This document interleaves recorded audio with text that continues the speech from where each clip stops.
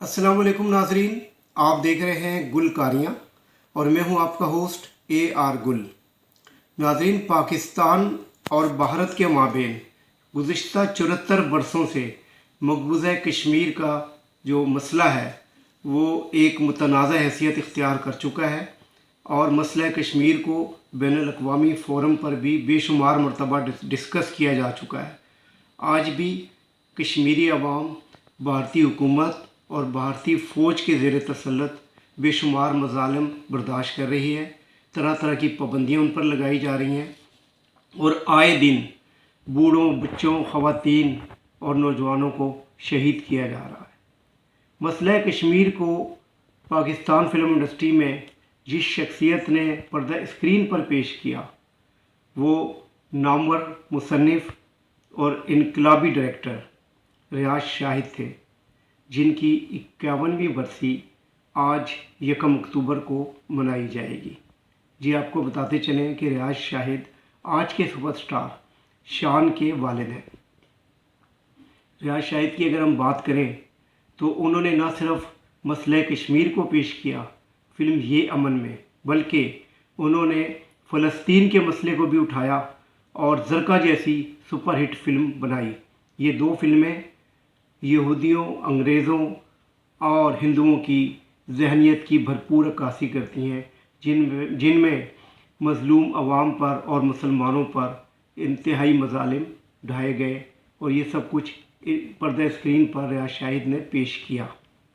ये अमन रियाज शाहिद ने अपनी ज़ाती सरमाए से, उस वक्त उनके पास 12 लाख रुपए की जो रकम थी, उस बजट में उन्होंने ये अमन जैसी फ़िल्म बनाई, जिसमें निशो, इकबाल हसन, जमील, संगीता, अलाउद्दीन और तालिश जैसे मारूफ अदाकारों ने बेहतरीन किरदार निगारी की। ये अमन की अगर हम बात करें तो इनकलाबी शायर हबीब जालिब का लिखा हुआ एक बेहतरीन कलाम इस फिल्म में शामिल किया गया, जो कश्मीर के मज़लूमों की अक्कासी करता है। मेहदी हसन की आवाज़ में रिकॉर्ड किया गया ये कलाम कुछ इस तरह से था।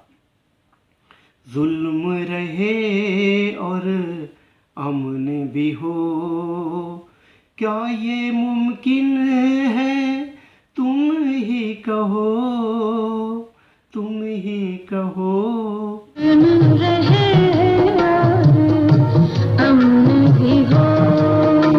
तो हबीब जालिब का ये इनकलाबी कलाम आज तक मसला कश्मीर की भरपूर अक्कासी करता है।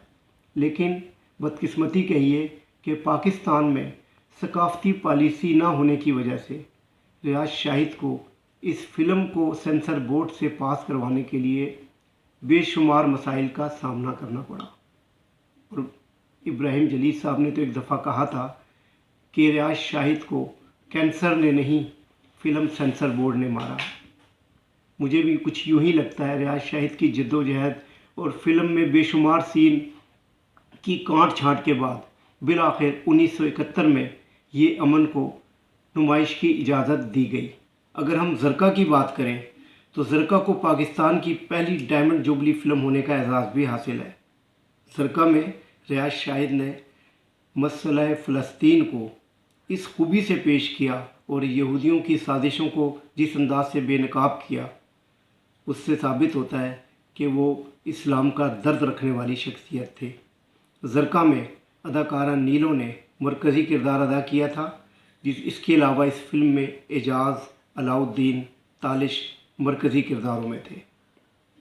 अगर हम ज़रका की बात करें तो इस फिल्म का जो सुपरहिट नगमा था वो रक्स जंजीर पहन कर भी किया जाता है, तू के ना वाकिफ़ आदाब ग़ुलामी है अभी। ये मेहदी हसन की आवाज़ में बड़ा ज़बरदस्त गीत था, जिसे एजाज और नीलो पर अक्सबंद किया गया था। जंजीर पहन कर भी किया जाता है। ज़रका फिल्म में नीलो ने एक मुजाहिदा का किरदार अदा किया था और ये किरदार उनकी फ़नी ज़िंदगी का संगे मील बन गया। नीलो की पहचान आखिरी वक्त तक ज़रका के हवाले से रही। और आपको ये भी बताते चलें कि इस फिल्म के दौरान नीलो बेगम ने, जो कि बेसिकली मसीह बिरादरी से ताल्लुक़ रखती थी, वो रियाज शाहिद की मोहब्बत में गिरफ़्तार हो गई उन्होंने इस्लाम कबूल किया और अपना नाम आबदा रियाज रखा, जिसके बाद रियाज शाहिद ने उनसे शादी कर ली। और दिलचस्प बात यह है कि उनके 2 साहिबजादों के दौरान एक बेटी जो पैदा हुई उसका नाम भी उन्होंने ज़रका ही रखा।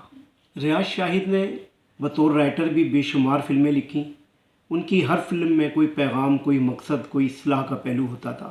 गरनाता, फरंगी, ससुराल, नींद, शहीद, बहिश्त, रवाज, ये वो फिल्में हैं रियाज शाहिद की जिनको फ़िल्म इंडस्ट्री की क्लासिक फिल्मों में शुमार किया जाता है।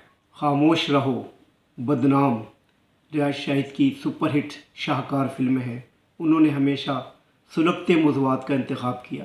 खामोश रहो में आपको याद होगा कि मोहम्मद अली ने एक बड़ा ही तारीख़ी जुमला, तारीख़ी मुकालमा उनका जो है वो सुपरहिट हुआ था कि जज साहब मुझे मेरी जवानी के 20 साल लौटा दो। ये रियाज शाहिद का लिखा हुआ मुकालमा आज तक सुपरहिट है। अगर हम फिल्म बदनाम की बात करें तो बदनाम में अलाउद्दीन ने जो मुकालमा पर्दा स्क्रीन पर पेश किया वो सुपरहिट था। वो कुछ इस तरह से था, कहाँ से लाई हो ये झुमके, किसने पहनाए हैं ये झुमके। ये बेसिकली बदनाम फिल्म जो है वो शहादत हसन मंटो के जो लिखा हुआ अफसाना था झुमके, उससे माखूज़ थी, उससे अख़ज़ की गई थी। लेकिन बहरहाल इस फिल्म में रियाज शाहिद के मुकालमे इतने जानदार थे कि फ़िल्म बदनाम को पाकिस्तान की सुपरहिट क्लासिक फ़िल्म होने का एजाज़ मिला।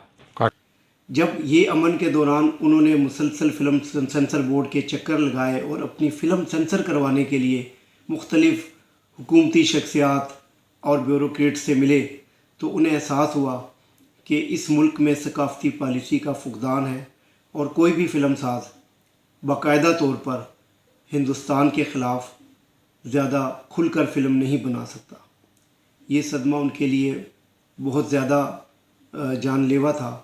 उन्हें कैंसर हो गया। बिलाखिर रियाज शाहिद कैंसर से जंग लड़ते लड़ते 1 अक्टूबर 1972 को इस दुनिया से रुखसत हो गए। उनके साहिबजादे शान ने भी अपने बाप के नक्शे कदम पर चलते हुए कुछ इनकलाबी फ़िल्में बनाई हैं। मूसा खान उनकी एक बड़ी फ़िल्म थी जो बतौर फ़िल्म साज भी उन्होंने बनाई। इसके अलावा भी वो बेशुमार ऐसी फ़िल्मों में काम कर चुके हैं जो जुल्म के ख़िलाफ़ और हक़ का साथ देने वाले किरदार थे। रियाज शाहिद के नाम पर एवेन्यू स्टूडियो में जो राइटर एसोसिएशन का कमरा था उसमें रियाज शाहिद लाइब्रेरी बनाई गई, जिसमें रियाज शाहिद से मुतालिक बेशुमार मवाद भी मौजूद रहा। उनकी कदावर तस्वीर भी वहाँ आवेज़ा की गई थी। आज जो लोग फ़िल्म से शगफ़ रखते हैं और जो इनकलाबी फ़िल्में देखने वाले फ़िल्म बीन हैं वो आज 1 अक्टूबर को रियाज शाहिद को ख़राज अक़ीदत पेश करने के लिए तकारीब का इनेकाद करेंगे। और रियाज शाहिद के अलावा खलील कैसर भी पाकिस्तान फ़िल्म इंडस्ट्री में ऐसे ही हिदायतकार थे। इन लोगों को आज भी फ़िल्म इंडस्ट्री में बड़े एहतराम से याद किया जाता है। गुलकारियाँ चैनल भी रियाज शाहिद की बरसी पर उन्हें ट्रिब्यूट पेश कर रहा है। इजाज़त चाहता हूँ। अल्लाह